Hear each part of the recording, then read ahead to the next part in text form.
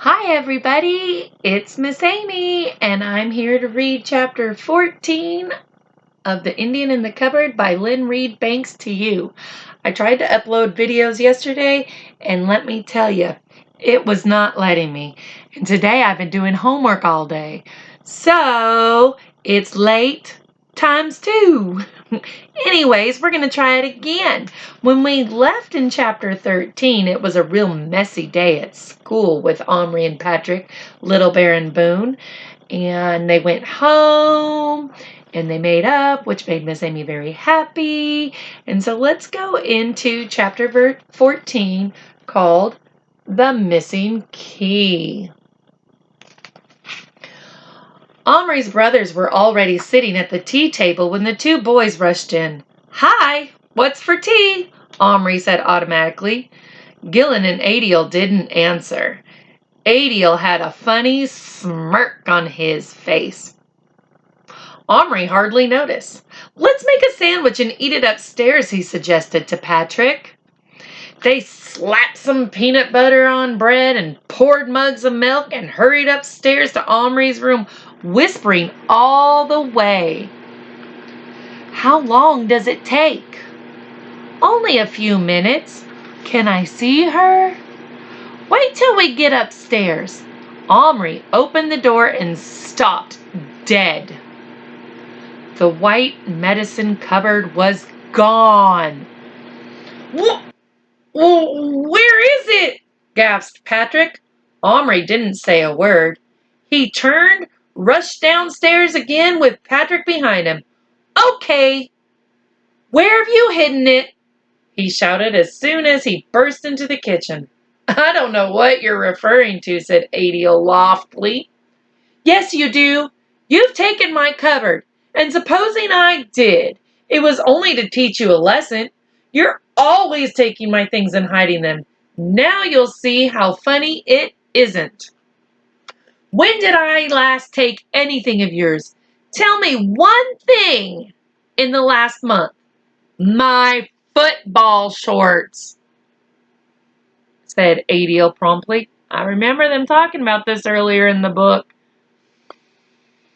"I never touched your stupid shorts. I already swore I hadn't. I had to miss games again today because I didn't have them, and I got a detention for it. So you can be grateful I'm punishing you tit for tat and not bashing you in," said Adil with maddening calm. Omri felt so furious, he even wondered for a moment whether it was worth bashing Adil in. But Adil was enormous, and it was hopeless. So after gazing at him for another moment with hate-filled eyes, Omri turned and dashed upstairs again, almost falling over Patrick on the way. "What'll you do?" "Look for it, of course." He was turning Adil's room upside down like a madman when Adil, slowly mounting the stairs in the direction of his homework, heard the racket and came running. He stood in the doorway looking at the shambles of pulled-out drawers, de-gutted cupboards, and furniture pulled awry. "You little swine!" he howled and dived at Omri, fell to the ground with Adil on top. "I'll tear everything you've got to pieces till you give it back to me," Omri shouted in jerks as Adil shook and pummeled him. "Then cough up my shorts." "I haven't got your stinking shorts," screamed Omri. "Are these them?" asked a small voice in the background. Adil and Omri stopped fighting, and Adil, sitting astride, twisted his neck to see. Patrick was just lifting a crumpled navy blue object from behind a radiator. Omri felt the anger go out of Adil. "Oh, yes, it is as a matter of fact, how did they get there?" But Omri knew perfectly well how Adil had hung them there to dry, and they dropped off backward. Adil scrambled up looking distinctly sheepish. He even helped Omri to his feet. "Well, but you have hidden things in the past," he mumbled. How was I to know? Can I have my cupboard now? Yeah, it's up in the attic. I piled a whole lot of stuff on it. Omri and Patrick took to the stairs to the attic 2 at a time. They found the cupboard quite quickly under a heap of bits and pieces. But Omri had carried it down to his room again before he made the fatal discovery. Uh-oh. What happened to the key? What key? There was a key in the cupboard door with a red ribbon. I didn't notice. They went out and closed the door. Omri was now feeling desperate. We've got to find it. It doesn't work without the key. They searched the attic till supper time.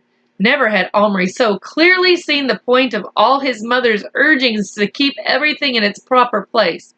The attic was just short of a glory hole where they could play and leave a total mess, and that was what they always did, only clearing spaces when they needed them for a new layout or some special game. And their way of clearing was just to shove things aside into ever more chaotic heaps. Sounds like some bedrooms, I bet, of you guys. Do you keep heaps in your bedrooms? Underneath the heaps were all the myriad little oddments there were small enough to filter through the bigger things. Marbles, wheels of matchbox cars, bits of Lego, small tools, parachute men, cards, and so on and so on. Plus all sorts of fragments that could have been almost anything. At first, they just raked through everything, but after a while, Omri realized that they would have to clear up systematically. Otherwise, it was like the old saying about looking for a needle in a haystack. He found some boxes, and they began sorting things into them. Lego here, parts of games there, water pistols, tricks and novelties in another. Bigger things they stacked neatly on to what his father rather bitterly called the shelves provided, which normally stood empty since everything was on the floor. In an amazingly short time, the floor was clear, except for a few odd things they hadn't found homes for, and a great deal of mud, dust, and sand. Where did all this come from? Said Patrick. Oh, Gillen brought up boxes of it from the garden to make a desert scene, said Omri. Months ago. We might as well sweep it up. He looked around. Despite his anxiety about the key, he felt a certain pride. The room looked entirely different. There was real plain space now. He went downstairs and fetched a broom, a dustpan, and a soft brush. We'll have to do this carefully, he said. It'd be terrible if we threw it away with the sand. We could sieve it, suggested Patrick. That's a good idea. In the garden. They carried the sand out in a cardboard box, and Omri borrowed his father's large garden sieve. Omri held it, and Patrick spooned in the sand and earth with a trowel. Several small treasures. Getting a little tongue-tied. It's late and I'm tired, just saying. And homework fried. Okay, yeah. Omri held it, and Patrick spooned in the sand and earth with a trowel. Several small treasures came to light, such as a 10-pence piece, but no key. Omri was in despair. He and Patrick sat down on the lawn under a tree, and Omri took the 2 little men out of his pocket. Where, woman? Little Bear asked instantly. Never mind the women. Where's the victuals? Asked the very hungry Boone grumpily. Omri and Patrick fed them some more chocolate, and with a deep sense of misery, Omri produced the plastic Indian woman from his pocket. Little Bear stopped chewing his chocolate. That moment he saw her and gazed in rapture. It was obvious he was half in love with her already. He reached out a hand and tenderly touched her plastic hair. "Make real now," he breathed. "I can't," said Omri. "Why can't?" asked Little Bear sharply. "The magic's gone." Now Boone stopped eating too, and he and Little Bear exchanged a frightened look. "You mean you can't send us back?" asked Boone in an awe-stricken whisper. "Never? We gotta live in a giant's world forever?" It was clear that Little Bear had been explaining matters. "Don't you like being with us?" asked Patrick.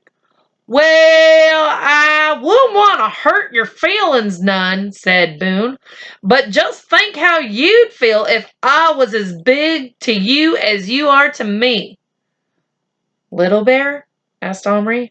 Little Bear dragged his eyes away from the plastic figure and fixed them like little bright crumbs of black glass on Omri.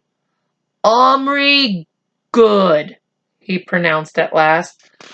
"But Little Bear, Indian brave, Indian chief. How be brave, how be chief with no other Indians?" Omri opened his mouth. If he had not lost the key, he might have rashly offered to bring to life an entire tribe of Indians, simply to keep Little Bear contented. Through his mind flashed the knowledge of what this meant. It wasn't the fun, the novelty, the magic that mattered anymore. What mattered was Little Bear should be happy.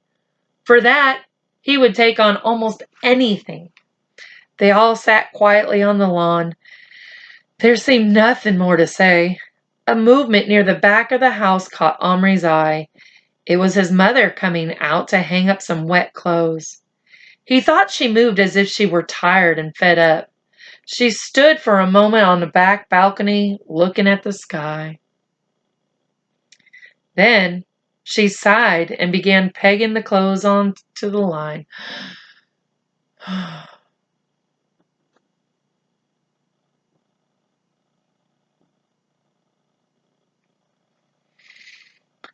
On impulse, Omri got up and went over to her. Now, I didn't explain. I'm sure most of you would understand, but some may not.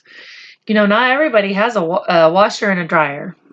And some people might have a washer but no dryer. And so to dry their clothes, they have to hang it on a rope in the backyard with some clothespins to keep it dry. Some people still like to do it this way. Some people still do certain things this way. I personally am thankful I have a washer or a dryer, because when I use the clothespins and whatnot, it really makes my clothes feel crusty. I'm sure there's a trick for that, but I don't know it. But anyways, moving on. So on impulse, Omri got up and went over to his mom. "You haven't found anything of mine, have you?" he asked. "No, I don't think so. What have you lost?" But Omri was too ashamed to admit he'd lost the key she'd told him to be so careful of. "Oh, nothing much," he said. He went back to Patrick, who was showing the men an ant. Boone was trying to pat his head, but it wasn't very responsive. "Well," Omri said, "we might as well make the best of things. Why not bring the horses out and give the fellows a ride?" This cheered everyone up, and Omri ran up and brought the 2 horses down carefully in an empty box. Next, Patrick stamped about 2 square feet of the lawn hard to give the horses a really good gallop. Quite a large black beetle alighted on the flattened part, and Little Bear shot it dead with an arrow. This cheered him up a bit more, though not much. While the horses grazed the fresh grass, he kept giving great lovesick sighs. And Omri knew he was thinking of the woman. "Maybe you'd rather not stay the night now," Omri said to Patrick. I want to, said Patrick, if you don't mind. Omri felt too upset to care one way or other. When they were called in to supper, he noticed that Adil was trying to be friendly, but Omri wouldn't speak to him. Afterward, Adil took him aside. What's up with you now? I'm trying to be nice. You got your silly old cupboard back. It's no good without the key.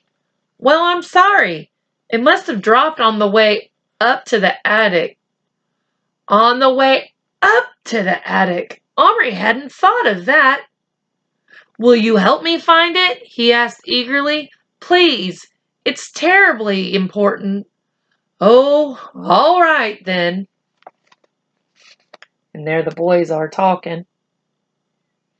Before the four of them hunted for half an hour. They didn't find it.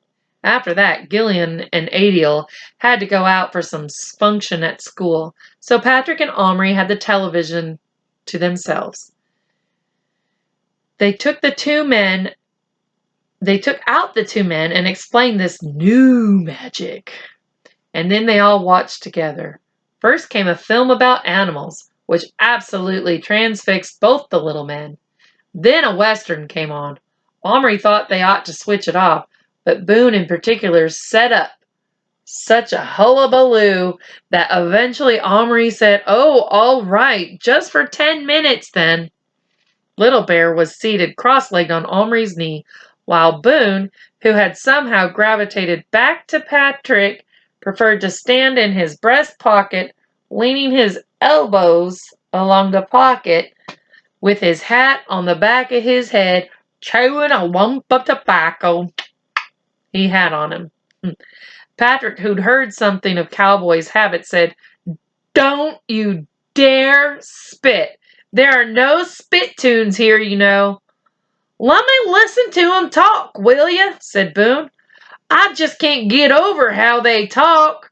Before the 10 minutes was up, the Indians in the film started getting the worst of it. It was the usual sequence in which the pioneers' wagons are drawn into a circle and the Indians are galloping around them while outnumbered men of the wagon train fire muzzle loading guns at them through the wagon wheels. Omri could sense Little Bear was getting restive and tense as brave after brave bit the dust. He suddenly leaped to his feet. "No good pictures!" he shouted. "What you talking about, Injun?" Boone yelled tauntingly across the chasm dividing him from Little Bear. "That's how it was. My ma and pa was in a fight like that, and my pa told me he done shot near enough 15, 20 of them dirty savages. White men move onto land, use water, kill animals. So what? Let the best man win, and we won. Yippee!" he added as another television Indian went down with his horse on top of him. Omri was looking at the screen when it happened. In a lull on the soundtrack, he heard a thin, faint whistling sound and heard Boone grunt. He looked back at Boone swiftly and his blood froze. The cowboy had an arrow sticking out of his chest. For a couple of seconds he remained upright in Patrick's breast pocket. Then quite slowly he fell forward. Omri had often marveled at the way people in films, particularly girls and women, were given to letting out loud screams in dramatic or awful moments. Now he felt one rise in his own throat and would have to let it out if Little Bear had not cried out first. Patrick, who had not noticed anything amiss till now, looked at Little Bear, saw where his bow arm was still pointing, and looked down at his own pocket. Over the top of it, Boone hung, head down, as limp as a piece of knotted string. "Boone! Boone!" "No!" snapped Omri. "Don't touch him!" ignoring Little Bear, who tumbled down his trouser leg to the floor as he moved. Omri very carefully lifted Boone clear between finger and thumb and laid him across the palm of his hand. The cowboy lay face up with the arrow still sticking out of his chest. Is he dead? Whispered Patrick in horror. I don't know. Shouldn't we take the arrow out? We can't. Little Bear must.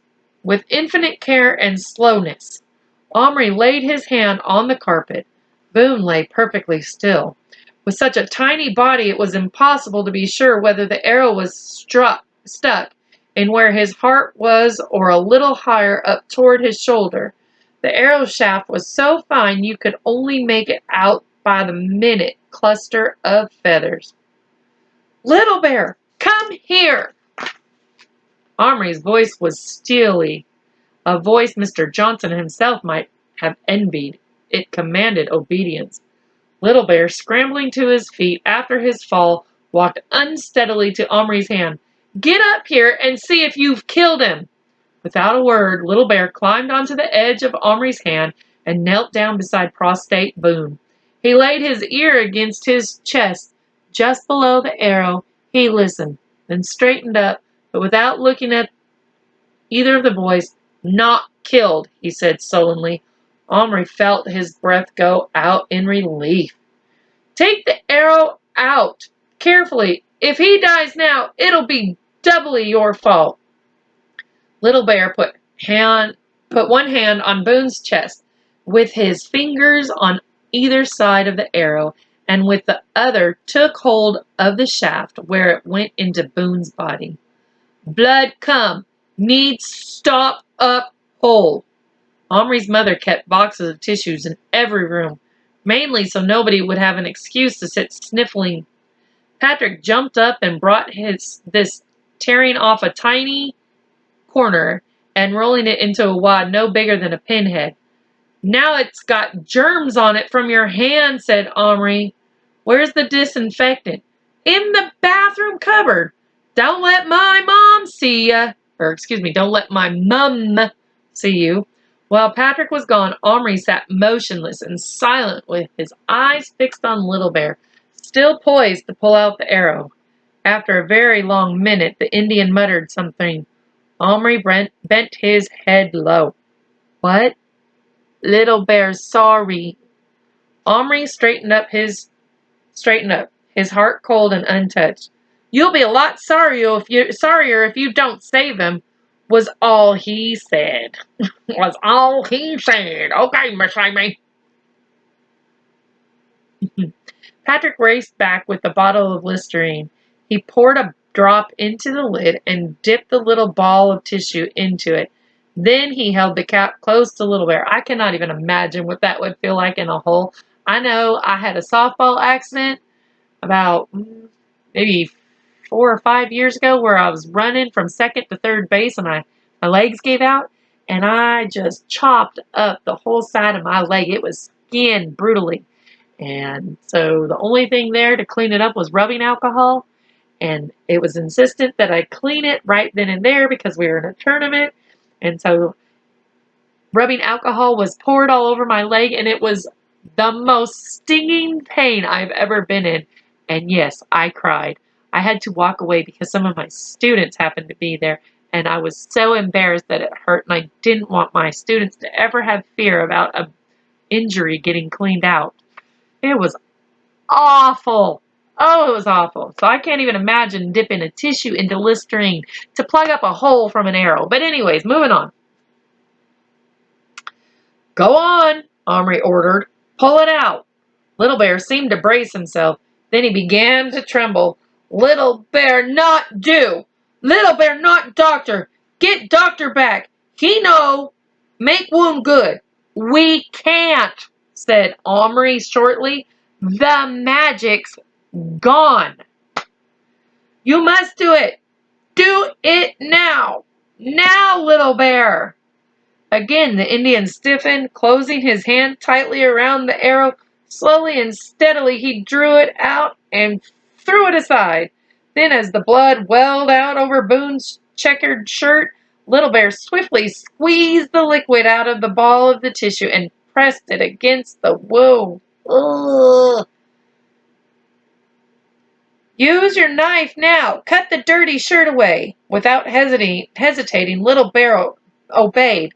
Boone lay still, his face under its tan and turned ashy gray. Oh, this is no bueno. It's not good. We need a bandage, said Patrick. There's nothing we could use, and we can't move him to wrap it around him. We'll have to use a tiny bit of Band-Aid. Again, Patrick went to the bathroom. Again, Omri, Little Bear, and Boone were left alone. Little Bear knelt now, with his hands loose on his thighs, his head down. His shoulders rose and fell once. Was he sobbing? With shame or fear? Or could it be sorrow? Patrick returned with the box of Band-Aids and a pair of nail scissors. He cut a square big enough to cover the whole of Boone's chest, and Little Bear stuck it on with great care, and even Omri thought tenderness. Now, said Omri, take off your chief's cloak and cover him up warmly. This, too, Little Bear did uncomplainingly. We'll take him upstairs and put him to bed, said Omri. Oh, Lord, I wish we had that key and I could get that doctor back. Now, it said a different word, but I don't take the Lord's name in vain, so I just used it as he was praying and didn't take the Lord's name in vain. Didn't have a cuss word in it. It just, I don't use the Lord's name like that. As they walked slowly upstairs, he told Patrick about the First World War soldier he had brought to life to tend to Little Bear's leg wound. We've got to find that key, said Patrick. We've just got to. Little Bear, still at Boone's side on Omri's hand, said nothing. In Omri's room, Patrick made a bed for the cowboy from a folded handkerchief and another woolen square cut from Omri's sweater. Omri slipped a bit of thin, stiff card between Boone and his own hand, and on this he transferred the wounded man without too much disturbance, which might have started the bleeding again. He was still unconscious. Little Bear silently stood by. Suddenly he moved. Reaching up, he snatched off his chief's headdress and threw it violently onto the ground. Before Omri could stop him, he began jumping on it, and in a second or two, all the beautiful tall turkey feathers were bent and broken. Leaving it lying there, Little Bear took off across the carpet, running as hard as he could over the deep woolen tufts, stumbling sometimes, but running always in the direction of the seed box and his home. Patrick moved, but Omri said quietly, let him alone. And that ends chapter 14 of The Indian in the Cupboard by Lynne Reid. Thanks. And I sure am hoping they find that key. I do want Boone to get better. And I do want Little Bear to get him a nice little wife. So we're just going to have to see what happens. Now remember, we have to think things through before we act when we're angry. Look at this big mess that Little Bear has gotten Boone in, and Omri and Patrick, because I'm sure they're sad as they see their little friend hurt. You know, they made bad decisions at the school the day before and had to suffer some consequences, and their anger really didn't get them any further. And now we see Little Bear getting angry and Boone's hurt. So we got to make sure we always make good choices and we think before we act. Boys and girls, I hope you enjoyed this, and I know it may not be your bedtime when you're listening to it, but it's definitely getting close to mine. So, good night and sleep tight.